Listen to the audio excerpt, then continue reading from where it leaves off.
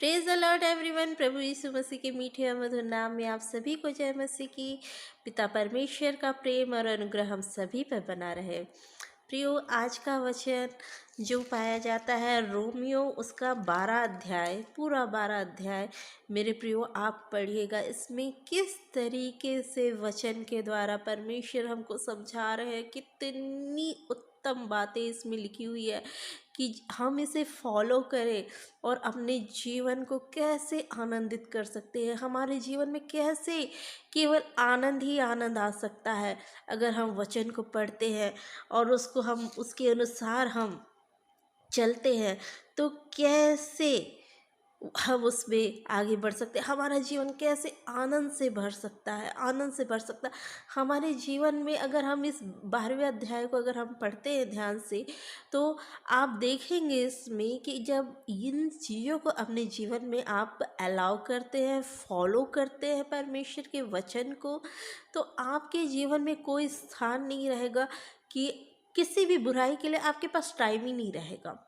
किसी भी प्रकार की कोई बुराई के लिए टाइम नहीं रहेगा। आप पूरे अध्याय को पढ़ेंगे तो आप इसमें समझ सकते हैं। मैं आपके सामने पूरा तो नहीं पढ़ रही हूँ, लेकिन मैं आप लोगों को थोड़ा सा बता रही हूँ। इसमें से हम इसमें से पढ़ लेते हैं 6वां अध्याय।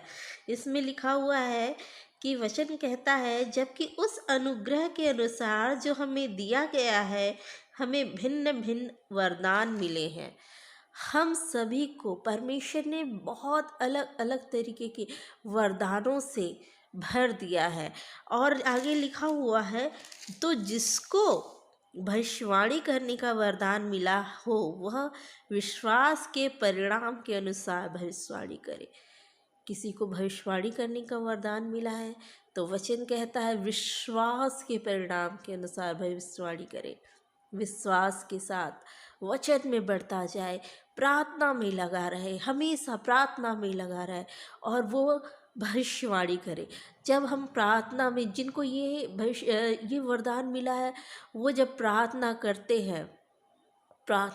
हैं और उनके द्वारा जब भविष्यवाणी पूरी होती है तो वो परमेश्वर की ओर से होती है। तो वचन कहता है कि प्रार्थना के द्वारा पूरे विश्वास के साथ, विश्वास के परिणाम के अनुसार भविष्यवाणी करें। ठीक है, आगे लिखा है, यदि सेवा करने का दान मिला हो तो सेवा में लगा रहे। कई लोग ऐसे होते हैं प्रियो कि जब आप उनके घर जाएंगे तो वो आपका इतने अच्छे से अतिथि सत्कार करते, इतने अच्छे से आपको घर में बुलाते हैं, रखते हैं, आपकी हर तरह से सेवा करते हैं। इवन ये वो लोग होते हैं जो रास्ते में दिखते हैं, जो गरीब होते हैं या किसी भी प्रकार की मुसीबत में होते, उनकी सेवा में लगे रहते हैं।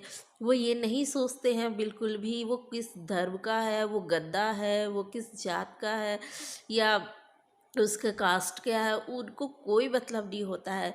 उनके अंदर सेवा का भाव होता है। ये लोग धर्मी मनुष्य कहलाते हैं। ये मनुष्य जो होते हैं वो धर्मी मनुष्य कहलाते हैं। तो वचन कहता है कि जिनको सेवा करने का दान मिला है वो सेवा करने में लगा रहे। आगे हम पढ़ते हैं, यदि कोई सिखाने वाला हो तो सिखाने में लगा रहे। अगर कोई सिखाने वाला है, टीचर है, मेरा प्रोफेशनल टीचर भी है और मुझे अच्छा लगता है सिखाना, मुझे बहुत पसंद है सिखाना, बच्चों को सिखाना। इवन मैं जब आके बोलती हूँ वचन से, तो मुझे ये बहुत अच्छा लगता है। मैं आप मेरे पुराने वीडियो देखेंगे तो उसमें मैंने अपनी गवाही दी है, आप उसे ज़रूर देखिएगा। मैं डिस्क्रिप्शन बॉक्स में डालूँगी वो वीडियो को। तो उसमें मैं बताई हूँ कि कैसे परमेश्वर ने बुलाया मुझे और कैसे मुझे चुना और कैसे उन्होंने किस तरीके से मुझसे बात की। मैंने पूरे वीडियो में आप लोगों को बताई हूँ, मैं गवाही दी हूँ, आप लोग उसे ज़रूर देखिएगा। तो वचन कहता है कि अगर सिखाने का वरदान मिला है तो उसे ज़रूर करे, उसे सिखाए, उससे छोड़े रहे। क्योंकि जो वरदान हमें मिला है और हम आलस करके यूं ही पड़े रहेंगे, बैठे रहेंगे, ये नहीं हमें ये नहीं करना, हाँ चलो बाद में कर लेंगे, ये सब, तो उसका कोई फ़ायदा नहीं है, उसका कोई फ़ायदा नहीं। आपको जो चीज़ मिला है, जो टैलेंट है, जो वरदान आपको मिला है, उसको हमको यूज़ करना है ताकि हम 100 गुना फल लेके आए और परमेश्वर के राज्य में हमारा धन इकट्ठा होता जाए।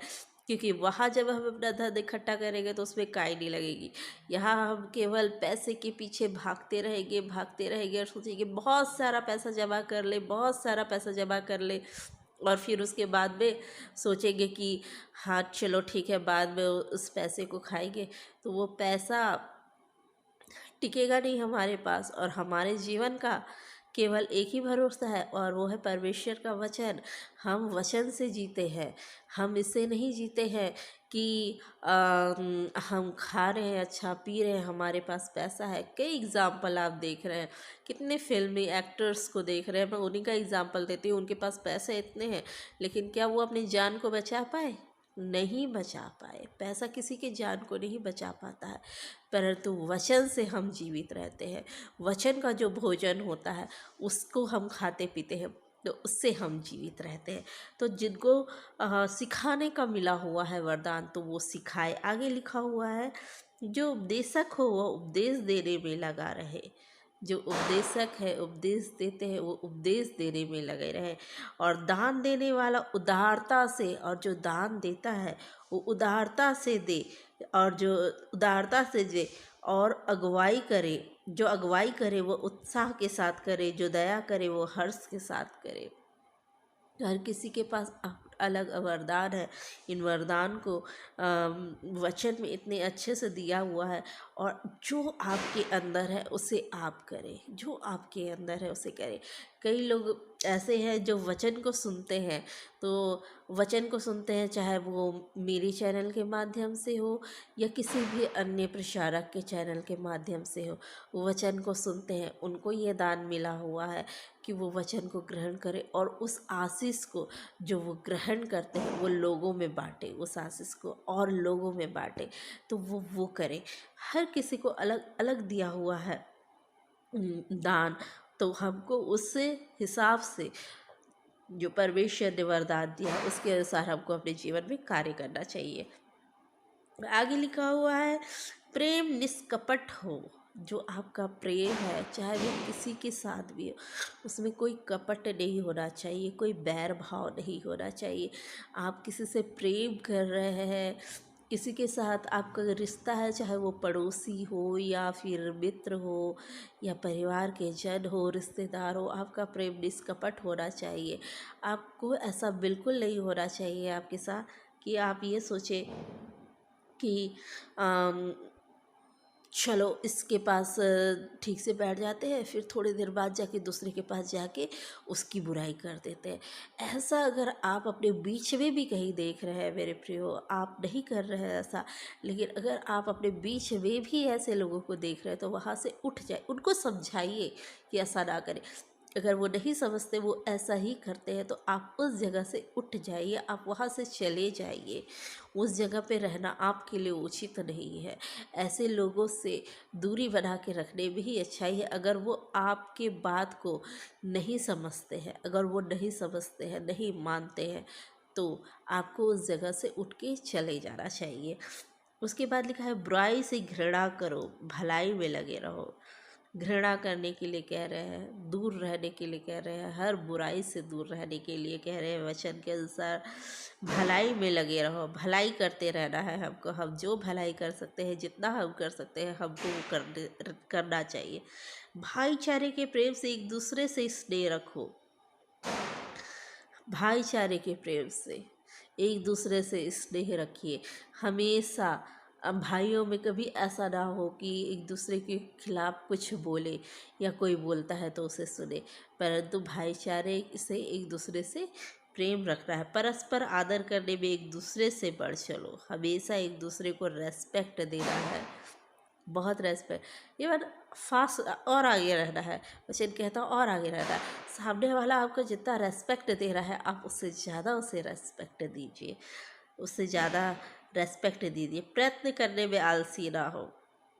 किसी भी काम को जब आप करते हैं, चाहे वो आप जॉब के सिलसिले में या बिजनेस के सिलसिले में, कोई भी कार्य को जब आप करते हैं तो उसमें आलस ना करें। उसमें ये ना सोचें कि नहीं ये काम अब हो नहीं पा रहा है, अब नहीं कर सकते, हो गया उसे छोड़ देते हैं, ऐसा ना करें। परंतु उसको प्रयत्न करने में आलसी ना हो, मतलब उसे पूरी हिम्मत के साथ उस कार्य को करते जाना है। बहुत ज़्यादा हिम्मत के साथ पीछे नहीं हटना है। वचन में प्रार्थना करते जाइए और उसमें बढ़ते जाइए।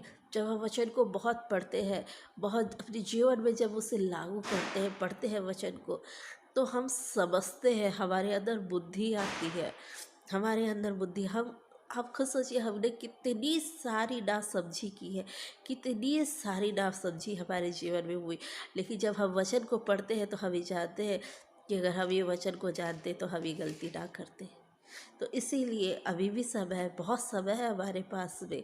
तो इसीलिए वचन को पढ़िए और उसके बाद उस वचन के अनुसार अपने जीवन को जिए। हम ठोकर नहीं खाएंगे, हम गिरेंगे नहीं, क्योंकि हमारे साथ हमारा परमेश्वर हमेशा खड़े रहेंगे। हमारा राजा यीशु जो हमसे इतना प्रेम करते हैं, जो हमें इतने प्रेम से हमेशा हमें देखते हैं और आशीष को देते हैं, वो हमारे साथ हमेशा खड़े हुए हैं। और आगे लिखा हुआ है, प्रभु की प्रयत्न, हाँ, आत्मिक उन्माद से भरे रहो, आत्मिक उन्माद से भरे रहो, प्रभु की सेवा करते रहो। हमेशा आपके मन में, हृदय में स्तुति चलनी चाहिए। फिर फिल्मी गाने छोड़ दीजिए। फिल्मी एक्टर्स की क्या हालत हो रही है आप लोग देख रहे हैं। और इन फिल्मी सॉन्ग से, ये फिल्मी जो गाने हुए हैं, इससे कोई मतलब नहीं है मेरे प्रियो, कोई मतलब नहीं है। व्यर्थ है, बेकार है, बहुत बेकार है, कोई मतलब नहीं है इनसे। आपके जीवन का कोई फ़ायदा नहीं होने वाला है। और जहाँ फ़ायदा नहीं हो वहाँ जाना ही नहीं चाहिए। कोई मतलब ही नहीं है, एवं नुकसान ज़रूर हो जाएगा। तो हमेशा स्तुति में बढ़े रहिए, हमेशा हमेशा हमेशा स्तुति करते रहिए, स्तुति करते रहिए और प्रार्थना में नित्य लगे रहे। आप इवन कई ऐसी स्त्रियों को जानती हूँ। मेरी मम्मी जब वो खाना बनाने जाती थी तो वो डेली, अगर वो एक ही डिश बनाती थी तो भी उस डिश के लिए, जो डिश वो हमेशा बनाती थी, उस डिश को बनाने के समय भी वो प्रेयर करती थी।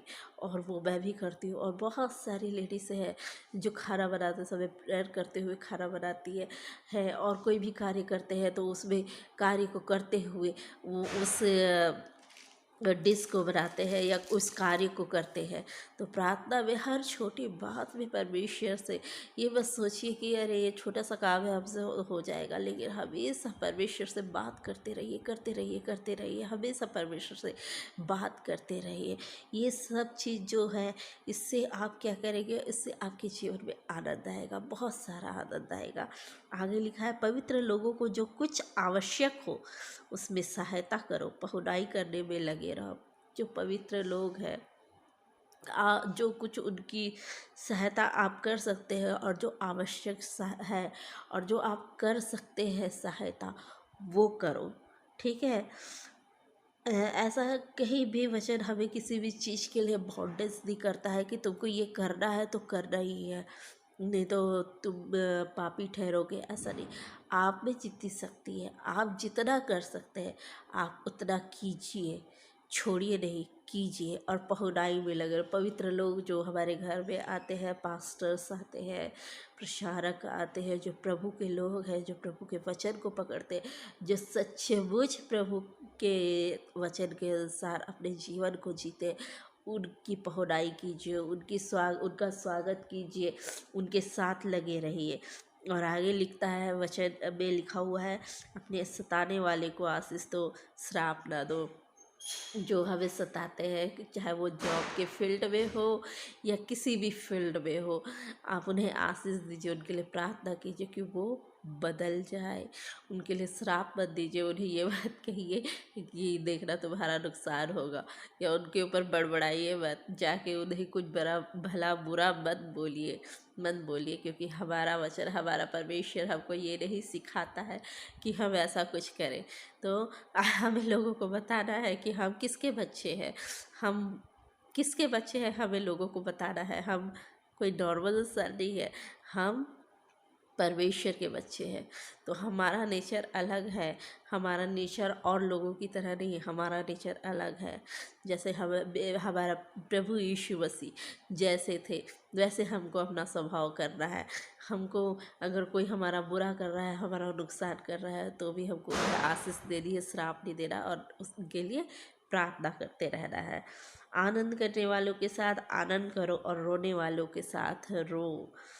आपस में एक सा मन रखो, अभिमानी ना हो, घमंड मत करो, परंतु दीनों के साथ संगति करो। जो दीन जन है, जो जरूरत दीन मतलब जो ज़रूरतमंद लोग हैं, उनके साथ संगति करना मतलब उनकी मदद करने के लिए वचन कह रहा है। अपनी दृष्टि में बुद्धिमान ना हो, अपने आप को ज़्यादा बुद्धिमान मत समझिए, क्योंकि वचन लिखता है जो हमारी मूर्खता है, सॉरी, जो हमारा सबसे ज़्यादा बुद्धिमान है, बहुत ज़्यादा हमारी बुद्धि का जो हाई लेवल है, वो परमेश्वर की मूर्खता है।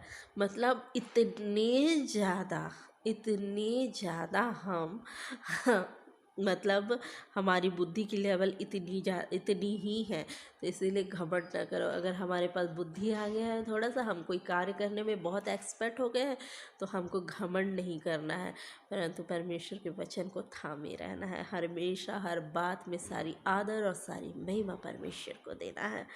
और उसके आगे लिखा हुआ है, बुराई के बदले किसी से बुराई ना करो।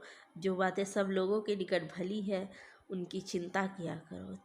जो भली बातें हैं, जो हम अच्छा कर सकते हैं, उनकी हमको चिंता करनी है कि हम कैसे उनके लिए अच्छा कर सके। जहाँ तक हो सके तो भरकस सब मनुष्य के साथ मेल मिलाप रखो। सभी के साथ मेल मिलाप रखना, इससे परमेश्वर प्रसन्न होते हैं। हे प्रियो, बदला ना लेना, परंतु परमेश्वर के क्रोध को अवसर दो, क्योंकि लिखा है, बदला लेना मेरा काम है, प्रभु कहता है, मैं ही बदला लूँगा। हमें बदला नहीं लेना है। किसी से कोई हमारा बुरा कर रहा है तो उसके पीछे हमें नहीं लगना है कि कैसे हम उसका नुकसान करें, कैसा क्या करें कि उसका नुकसान हो जाए, परंतु परमेश्वर के क्रोध को अवसर देने को कर रहा है। हमारा परमेश्वर है।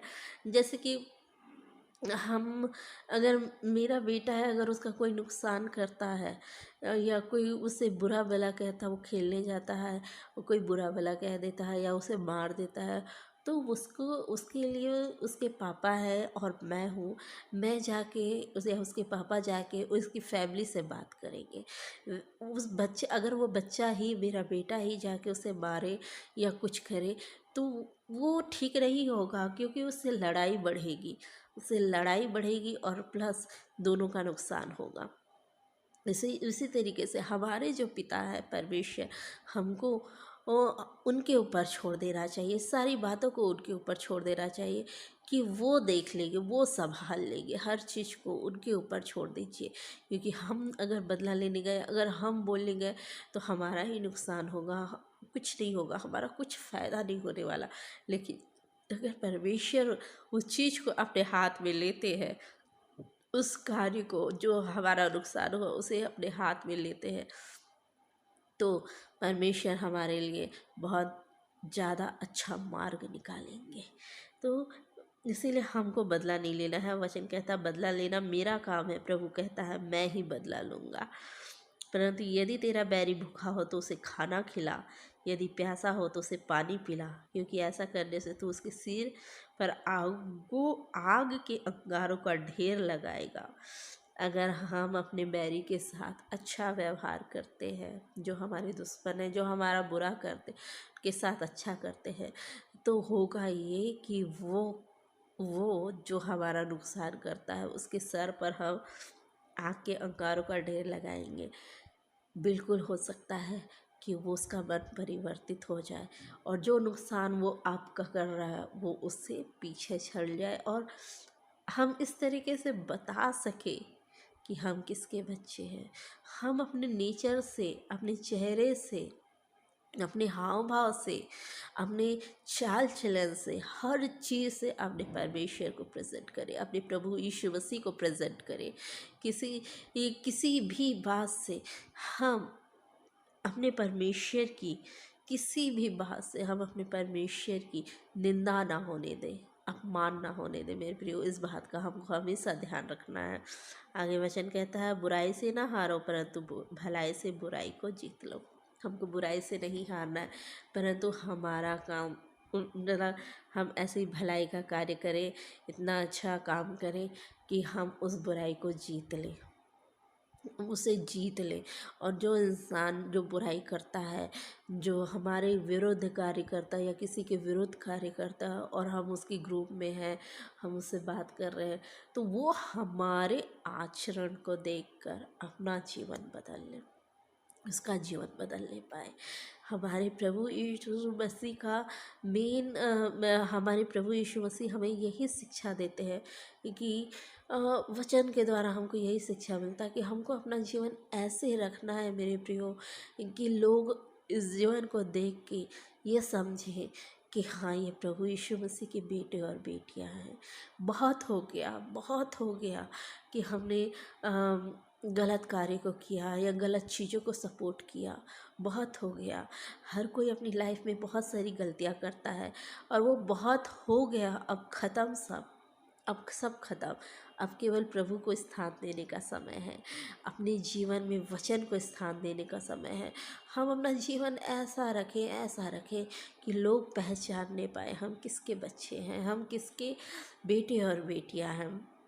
हमसे हमारे प्रभु को लोग जानने पाए और अपना जीवन बदल ले पाए, अपने जीवन को बदल ले पाए।